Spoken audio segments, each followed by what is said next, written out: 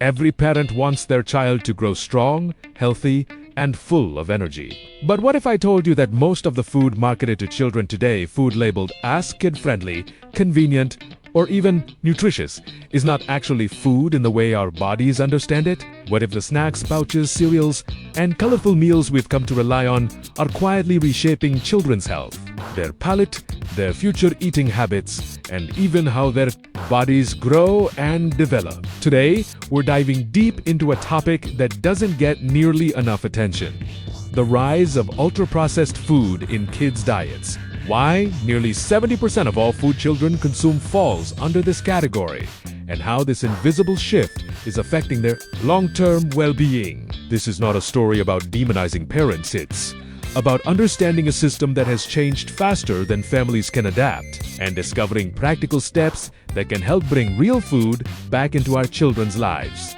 Walk into any supermarket today and head toward the children's aisle. What do you see? Bright colors, cartoon characters, promises of added vitamins, high calcium, brain-boosting nutrients, and organic ingredients. The packaging looks comforting, safe, and designed to appeal to both kids and parents. But behind the cheerful branding lies a very different reality. Most of these products are categorized as ultra-processed foods, industrial formulations, far removed from their original ingredients, and often loaded with sugars, refined starches, seed oils, artificial flavors, emulsifiers, stabilizers, and preservatives. Over the past few decades, the children's food market has exploded in size. Companies discovered that parents wanted convenience, shelf stability, and meals that were easy to prepare in seconds. In response, the industry developed baby pouches, squeezable yogurts, melt-in-the-mouth snacks, fortified toddler milk formulas, ready-to-eat meals, and dozens of snack variations marketed as healthy. But convenience came with a trade-off. These foods were engineered for taste, texture, and addictive appeal, not for nutrition. As a result, entire categories of baby and children's foods are now overwhelmingly ultra-processed, and many kids consume these products daily, sometimes multiple times per day. The shift toward an ultra-processed diet didn't happen overnight. It was the result of several overlapping changes in culture, marketing, and family life. First, families today are busier than ever. Working schedules, lack of time, long commutes, and rising cost of living make convenience foods highly appealing. Cooking fresh, unprocessed meals multiple times per day feels out of reach for many parents, so they rely on packaged solutions marketed as safe and balanced for children. Second, food companies aggressively targeted parents with emotional marketing. They used the language of health: no artificial colors, organic, whole grain, added DHA, supports growth, even when the product was still ultra-processed. The strategy works so well that most parents today don't even realize how processed these foods are. Third, the rise of baby and toddler pouches introduced the idea that food could be sucked from a plastic container instead of chewed. While this seems harmless, it teaches children to prefer smooth, sweet, concentrated flavors and bypasses the sensory learning that comes from eating real fruits and vegetables. Finally, ultra-processed foods are cheaper to produce, last longer, and deliver higher profit margins, giving companies every incentive to keep expanding the market. The result, a food system where ultra-processed products dominate children's diets, not because parents choose them maliciously, but because the system was designed for them to do so. To understand why this matters, we need a clear definition. Ultra-processed foods are not simply foods that have been cooked or packaged. They are industrial creations built from extracted ingredients like refined starches, concentrated sugars, seed oils, and enhanced with additives like flavors, emulsifiers, thickeners, artificial colors, and preservatives.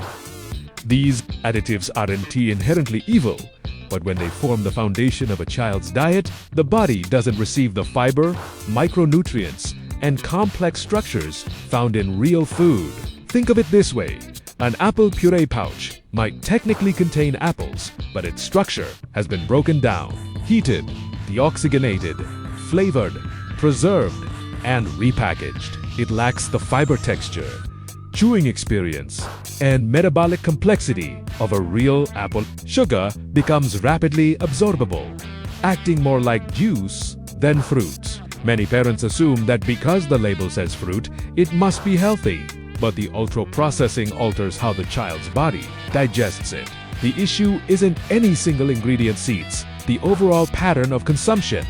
When ultra-processed foods dominate a child's diet, their palate adapts to expect intense flavor, smooth textures, and instant gratification. Real foods, by comparison, seem bland or too hard to eat.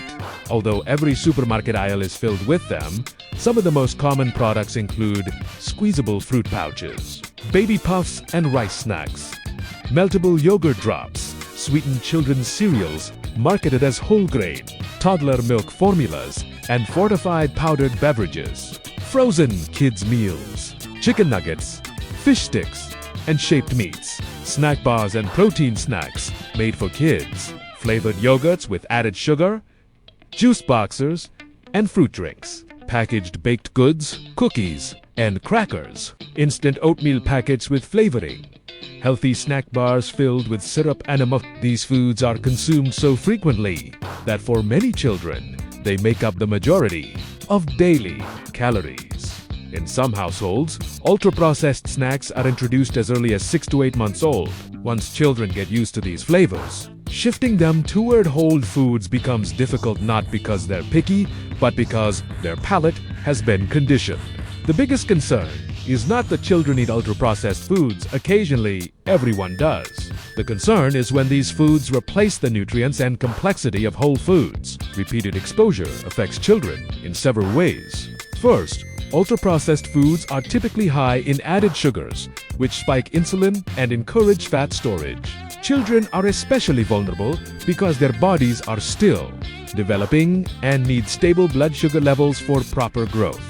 Excess sugar is strongly associated with pediatric obesity, fatty liver disease, and early metabolic issues. Second, these foods often contain very little fiber. Without fiber, digestion slows, gut bacteria weaken, and children feel hungry again quickly, creating a cycle of The microbiome, one of the most influential systems in the body, can not develop properly on ultra-processed foods. Third, the intense flavors and textures condition children to crave hyperpalatable foods. Real vegetables and fruits may seem too bitter or boring in comparison. This isn't a child misbehaving. It's their taste receptors responding to industrial formulations. Over time, these dietary patterns influence growth rates, body composition, metabolic health, immune system strength, cognitive development, sleep quality, emotional regulation. In severe cases, children may show signs of insulin resistance, inflammation, and nutrient deficiencies, despite consuming fortified foods. Fortification cannot replicate the synergistic nutrients found in real food. Children who grow up eating ultra-processed foods often carry these preferences into their teenage years and adulthood. Studies show that kids who consume high amounts of ultra-processed foods early in life develop strong cravings for sugar and high-fat snacks, struggle to accept new foods later, are more likely to experience obesity or metabolic issues, have higher risk of depression and anxiety linked to inflammation, may develop lifelong unhealthy eating patterns. Exposure during early developmental window shapes not only taste preferences, but also hormonal responses related to hunger and fullness. The most concerning reality is that children don't outgrow these habits, they reinforce them. It is crucial to emphasize that parents are navigating an environment not designed for real food. The deck is stacked against families. Healthy food is often more expensive. Ultra-processed snacks are shelf-stable and cheap. Marketing is manipulative and emotionally targeted. Labels can be misleading.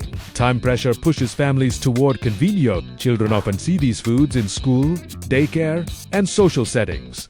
Most parents simply choose what seems practical, affordable, and kid-approved, not realizing how strongly these foods shape their children's long-term health. The responsibility should not fall entirely on parents. It is a systemic issue driven by corporate incentives, economic pressures, and lack of regulation.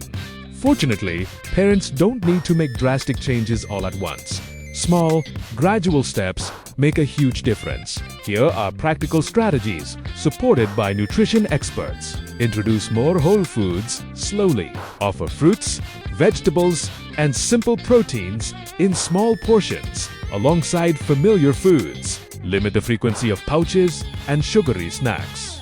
Use them occasionally, not as daily meals. Read ingredient labels. If the list is long, complicated, or full of additives, it's choose snacks with fewer ingredients. Nuts, cheese, fruit, boiled eggs, yogurt without added sugar. Improve meals instead of eliminating favorites. Add vegetables to pasta or rice bowls.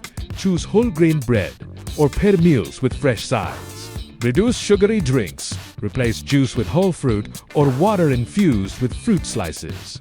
Model healthier eating patterns. Children mimic behavior more than instruction. Redesign the home food environment. Keep whole foods visible and accessible. Don't pressure, force, or shame the child. Comfort and exposure are more effective than strict rules. Over time, small shifts add up and reshape a child's taste, preferences, and habits. While families can make a difference at home, large-scale solutions are needed to change the food landscape for children. These include stronger regulation of marketing toward children, transparent labeling that clearly identifies ultra-processed foods, reformulation of children's products to reduce sugar, education for parents and caregivers, support for schools to offer whole food-based meals, policies that make real food more affordable. Children deserve access to foods that genuinely support their growth, not products engineered for profit. The rise of ultra-processed foods in children's diets is one of the quietest but most significant health challenges of our time, with nearly 70% of kids' food falling into this category. The issue affects millions of children around the world.